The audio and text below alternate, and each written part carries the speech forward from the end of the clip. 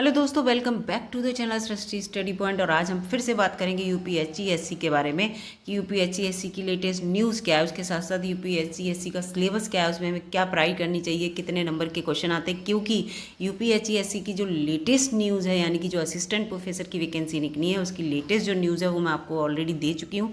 और आज मैं फिर से बताऊँगी क्या लेटेस्ट न्यूज़ है। बहुत बड़ी खुशखबरी है। जिन्होंने मेरी ये वीडियो नहीं देखी है जाके वो जाके चैनल पर देख सकते हैं। उसके साथ साथ अगर नहीं भी देख रहे हैं तो मैं इसमें सही से आपको फिर से बता दूंगी। उसकी जो लेटेस्ट न्यूज़ है वो ये है कि 13 मार्च को एक मीटिंग होने वाली है शिक्षा आयोग की। उसमें क्या है, उसमें ये डिसीजन लिया जाएगा कि ये यूपीएससी असिस्टेंट प्रोफेसर की जो वैकेंसी आई थी, जिनका एग्ज़ाम बहुत दिनों से टल रहा है, उसकी परीक्षा कब कराई जाए। उसकी डेट आने वाली है, आपका एग्ज़ाम कब होगा, कंफर्म डेट आ जाएगी कि कब एग्ज़ाम होगा। तो दोस्तों पढ़ाई में लग जाइए। अगर जो अच्छे से पढ़ाई नहीं कर रहे हैं उस बिल्कुल सीरियस हो जाइए। बहुत रेपुटेटेड जॉब है, बहुत अच्छी जॉब है। एक बार आपको अगर ये जॉब मिल जाएगी तो बिल्कुल ए क्लास की जॉब है। तो खुद ही सोचिए, बस थोड़ी सी मेहनत करनी है। इसमें इतना कठिन इसका सिलेबस नहीं है जितना कठिन और परीक्षाओं का होता है। तो बस इसका ध्यान रखिए। इसमें आज हम बात करेंगे परीक्षा कैसी होती है, कितने क्वेश्चन आते हैं और कौन कौन सा सिलेबस है। तो सबसे पहले मैं आपको बता दूं कि इस परीक्षा में जो है वो 100 क्वेश्चन आएंगे आपके, जिसमें 70 जो हैं आपके सब्जेक्ट से आएंगे और 30 क्वेश्चन जो आएंगे वो कंपलसरी क्वेश्चन होंगे और वो सामान्य अध्ययन के होंगे, यानी कि जीएस से रिलेटेड होंगे। इस चीज़ को याद रखिएगा। ये 30 क्वेश्चन जो हैं हर सब्जेक्ट के साथ जुड़े हुए होंगे, यानी कि अगर आप एजुकेशन से आपने नेट पीएचडी कर रखी है तो आपके 70 क्वेश्चन उस एजुकेशन के आएंगे और 30 जीएस के आएंगे। पॉलिटिकल साइंस से कर रखी है तो 70 क्वेश्चन उसके आएंगे और 30 क्वेश्चन इसके आएंगे, यानी कि 30 क्वेश्चन ये वाले सभी को सामान्य अध्ययन के देखने को मिलेंगे। तो इसका सिलेबस क्या है, इसके बारे में मैं हिंदी और इंग्लिश दोनों में सिलेबस में आपको बताने वाली हूँ और पूरा डिटेल में बताने वाली हूँ कि क्या क्या इसके हर टॉपिक में है। इसको याद रखिएगा। ये आपको मैं एक बार दिखा दे रही हूँ। देखिए, ये हिंदी में सिलेबस है, फिर उसके तुरंत बाद ये इंग्लिश में सिलेबस है और 6 यूनिट है, याद रखिएगा दोस्तों। तो इसलिए दोनों हिंदी और इंग्लिश दोनों में बताऊँगी। बस वीडियो में बने रहिएगा। अगर वीडियो अच्छी लगे तो लाइक कर दीजिएगा और चैनल पर नए हो तो प्लीज़ सब्सक्राइब करके ही जाइएगा दोस्तों। तो चलिए शुरू करते हैं। ये देखिए, पहला इसका टॉपिक है जो 30 क्वेश्चन वाली ये सिलेबस मैं बता रही हूँ। जो हमारे 30 क्वेश्चन आते हैं सामान्य अध्ययन के, याद रखिएगा। तो इसमें पहली जो यूनिट है समसामयिक मुद्दे, यानी कि करंट से संबंधित क्वेश्चन आते हैं इसमें, याद रखिएगा। जो भी करंट अफेयर है, चाहे वो खेल से संबंधित है, खेल की जो भी न्यूज़ है, स्पेशली महिलाओं से संबंधित याद कर लीजिएगा, हमारे देश से संबंधित उसे याद कर लीजिएगा। इसी टाइप के क्वेश्चन ज़्यादा आते हैं। विज्ञान के क्षेत्र में याद कर लीजिएगा, प्रमुख व्यक्तित्व याद कर लीजिएगा कि कौन कौन से प्रमुख व्यक्तित्व रहे, किस किस को पुरस्कार मिले, इस चीज़ टाइप के जो क्वेश्चन आते हैं। और राष्ट्रीय अंतर्राष्ट्रीय प्रमुख घटनाएं जो भी होती हैं, पूरे पर्यावरण से संबंधित हो, कुछ किसी भी उससे संबंधित हो, चाहे वो पॉलिटिकल अफेयर से संबंधित हो, चाहे वो हमारे साइंस से संबंधित हो, अगर वो करंट में है तो वो करंट अफेयर में काउंट की जाएगी, याद रखिएगा। और वो साइंस में भी काउंट की जाएगी अगर साइंस की है, तो इस चीज़ को याद रखिएगा। तो डेली न्यूज़पेपर पढ़ते रहिए। डेली न्यूज़पेपर में जो अच्छी न्यूज़ है उनको लिखते रहिए। और चैनल पे बहुत सारे चैनल ऐसे हैं जो करंट अफेयर चलाते हैं, उन करंट अफेयर्स को देखते रहिए। और मेरी भी चैनल पर वीडियो में करंट अफेयर्स की अपलोड करती हूँ, उसको भी आप देखते रहिए। तो आपका ये वाली जो इकाई है, ये वाली यूनिट, पहली यूनिट आपकी आसानी से क्लियर हो जाएगी।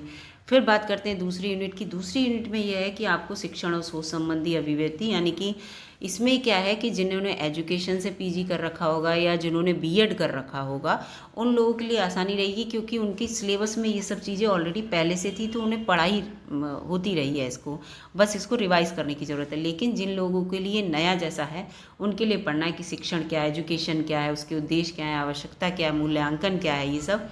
फिर शोध रिसर्च किस तरह की इसका करना है। फिर जो डाटा होता है, आंकड़े, उनके बारे में आपको पढ़ना है। फिर उच्च, सबसे इम्पोर्टेंट, इससे क्वेश्चन बहुत आते हैं, उच्च शिक्षा के गुणात्मक विकास में यूजीसी की भूमिका। ये यूजीसी की भूमिका बहुत अच्छे से याद कर लीजिएगा, क्योंकि यूजीसी नेट का एग्ज़ाम जो होता है, जो एनटीए कराता है, वो भी बहुत इंपॉर्टेंट है। और नेट क्वालिफाइड ही इसके लिए फॉर्म भरते हैं और पीएचडी वाले, है ना, तो इसलिए इसकी भूमिका बहुत बन जाती है। तो इस चीज़ को याद रखिएगा। तीसरी यूनिट पे हम आते हैं। 6 ही यूनिट हैं दोस्तों, याद रखिएगा, ज़्यादा यूनिट नहीं है। तीसरी यूनिट है सूचना एवं संचार प्रौद्योगिकी, जिसे आईसीटी कहते हैं, बहुत इंपॉर्टेंट है। और इसमें देखिए सारे तात्पर्य, उसका लाभ, हमारा आईसीटी का क्या है, इंटरनेट क्या है, ईमेल क्या है, इसका ज्ञान हमें क्या क्या होना चाहिए। फिर जो जो शब्द संक्षेपण, यानी कि शब्दावली होती है, जैसे वेब की फुल फॉर्म बताइए, ऐसे पूछने लगते हैं ना। तो इस तरह की ये सब आते हैं, ये सब इसमें आप पढ़ लेंगे और ज़्यादा डीप में जाने की ज़रूरत नहीं है, इस बात को याद रखिएगा। 30 क्वेश्चन जो आएंगे उनको ज़्यादा डीप में मत जाइएगा, बहुत गहराई में, जैसे IAS और PCS वाले तैयारी करते हैं उस तरह से इतनी गहरी तैयारी करने की इसमें आवश्यकता नहीं है। बस पढ़ाई करिए, शेड्यूल वाइज पढ़ाई करिए और अच्छी पढ़ाई करिए, आपका सिलेक्शन हो जाएगा, विश्वास रखिए अपने ऊपर। यूनिट 4 की बात करते हैं, यानी कि इकाई 4, इसमें मानव और पर्यावरण से संबंधित है। पर्यावरण के क्वेश्चन आजकल बहुत आने लगे हैं, इस बात को याद रखिएगा।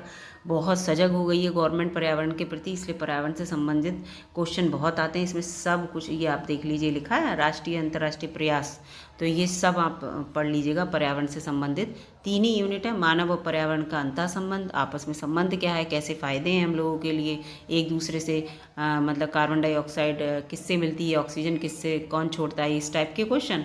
और पर्यावरण हमारा जो उसकी हानि हो रही है, क्यों हो रही है, ओजोन की परत का क्षरण क्यों हो रहा है, फिर सारे मॉन्ट्रियल प्रोटोकॉल वगैरह जो हैं उन सबको पढ़ लीजिएगा, सम्मेलन जो होते हैं उनको पढ़ लीजिएगा, तो इसमें आपका काफ़ी क्लियर हो जाएगा। इसके साथ साथ यूनिट 5 पे आ जाते हैं दोस्तों। यूनिट 5 क्या कह रही है, भारतीय इतिहास और भूगोल, इसमें ज़रूर आएगा क्योंकि GS का मतलब इतिहास भूगोल तो ज़रूर आना है। तो इसमें बहुत कम है इतिहास भूगोल में, आप देखिएगा, और IAS PCS में तो बहुत होता है। भारतीय संस्कृति की प्रमुख विशेषता, फिर भारतीय राष्ट्रीय आंदोलन आपको केवल 1857 से लेकर 1950 तक ही पढ़ने, है ना। तो 1857 की जो क्रांति हुई थी उस क्रांति से स्टार्ट कीजिएगा और स्वतंत्रता के बाद 1950 तक, यानी कि जब हमारा संविधान लागू हुआ तब तक का आपको ये पढ़ना है। और फिर ब्रह्मांड की उत्पत्ति कैसे हुई और सौरमंडल, ये पढ़ लीजिएगा। फिर भारत का जो सामान्य भूगोल है उसमें दर्रे हैं, हमारे जो तटीय सीमाएं हैं, भारत में कितने राज्य हैं, उनकी राजधानियां हैं, उनसे संबंधित नदियां हैं, ये सब आपको पढ़ने हैं, ये पढ़ लीजिएगा। इसके साथ साथ फिर यूनिट 5 पे आते हैं। यूनिट 5 बता दी, यूनिट 6 पे आते हैं। यूनिट 6 में पॉलिटी आ गई, भारतीय संविधान, और फिर इकोनॉमिक्स, पॉलिटी और इकोनॉमिक्स आ गई इसमें। तो पॉलिटी इकोनॉमिक्स में भी इतना गहराई से नहीं पढ़ना, इसमें देखिए आपको प्रस्तावना पढ़नी है, जिसकी वीडियो मेरे चैनल पर है, आप देख सकते हैं जाके।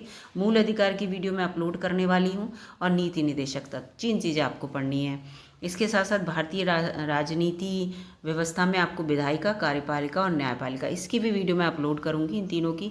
निर्वाचन आयोग पढ़ना है आपको और लोक सेवा आयोग पढ़ना है, ये इतना पढ़ना है आपको। उसके बाद जनसंख्या, गरीबी, बेरोजगारी, योजनाएं बहुत सारी हैं, कृषि, उद्योग, व्यापार, धन, मुद्रा, ये सब आपका आ गया इकोनॉमिक्स में। तो ये इकोनॉमिक्स की 2 हैं इसके पॉइंट, और 3 जो हैं वो आपके पॉलिटी के हैं। तो इतना ही सिलेबस है दोस्तों, और इसी का जो वो है वो इंग्लिश में दिया है। इंग्लिश का वर्जन आप देख लीजिए, इंग्लिश का वर्जन जो दोस्त हम फ्रेंड्स लोग हमारे इंग्लिश में पढ़ते हैं उनके लिए हिंदी में थोड़ा समझने में दिक्कत होती है, तो ये इंग्लिश में करंट अफेयर से संबंधित ये यूनिट है। फिर उसके बाद टीचिंग एंड रिसर्च एप्टीट्यूड, जो मैंने बताया था कि टीचिंग के सारे वो हैं। फिर UGC का जो रूल है, role of UGC in qualitative development in higher education, ये है। फिर ये रिसर्च को पढ़ लीजिएगा, बहुत इंपॉर्टेंट है। मीनिंग एंड मैथड्स ही बहुत, और डाटा से रिलेटेड भी काफ़ी क्वेश्चन आते हैं, सोर्स कलेक्शन एंड एनालिसिस। इसके बाद ICT आ गया इसमें, एब्रीविएशन, टर्मिनोलॉजी, ईमेल, इंटरनेट, ये सब है। फिर एनवायरनमेंट से रिलेटेड आ गए ये, करंट अफेयर से इंटरनेशनल और national affairs for better environment, environment control, pollution control कैसे करेंगे, ये सब है। फिर यूनिट 5 आ गई, हिस्ट्री एंड ज्योग्राफी आ गई, जो मैं आपको बता चुकी हूँ। यूनिट 5 हिस्ट्री एंड ज्योग्राफी, इसमें सारे मैंने बताए हैं कि इंडियन नेशनल मूवमेंट में क्या क्या पढ़ना है आपको, salient feature of Indian culture, ये सब हैं। यूनिवर्स का ओरिजिन कैसे हुआ, सोलर सिस्टम में मैं पढ़ना है। इसके बाद यूनिट 6 आ गई, सब इसमें मैंने बताया 3 जो इसके पॉइंट हैं वो हैं पॉलिटी से रिलेटेड, वो पॉलिटी में मैंने बता दिया क्या क्या है इसमें इंपॉर्टेंट आपको पढ़ना है। Preamble, fundamental rights and directive principles पढ़ने हैं। फिर ये सब लेजिस्लेटिव, एग्जीक्यूटिव एंड जुडिशरी, ये सब पढ़ना है। और उसके बाद ये जो 2 यूनिट है वो आपकी इकोनॉमिक्स हैं। तो आप ये सब जो इंग्लिश में देखना चाहे वो इंग्लिश में देख लें, और हिंदी वाले हिंदी में देख लें। फिलहाल 6 यूनिट हैं, जिसमें हिस्ट्री, ज्योग्राफी, पॉलिटी, एनवायरनमेंट, इसके साथ साथ ICT, research and teaching and current affair, इतने इसमें आना है।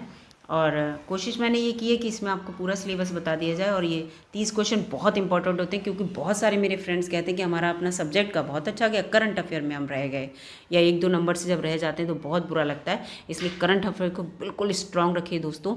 और वैसे भी सभी परीक्षा में करंट अफेयर आता है, आप लोग पढ़ते ही रहते होंगे, और अपना सब्जेक्ट पे तो आप कमांड बना के रखिए ही रखिए, उसका रिवीजन करते रहिए। वीडियो अच्छी लगी हो दोस्तों तो प्लीज़ लाइक कीजिएगा, और चैनल पर नए हो तो प्लीज़ सब्सक्राइब करके ही जाइएगा दोस्तों, मुझे मोटिवेशन मिलता है। धन्यवाद दोस्तों।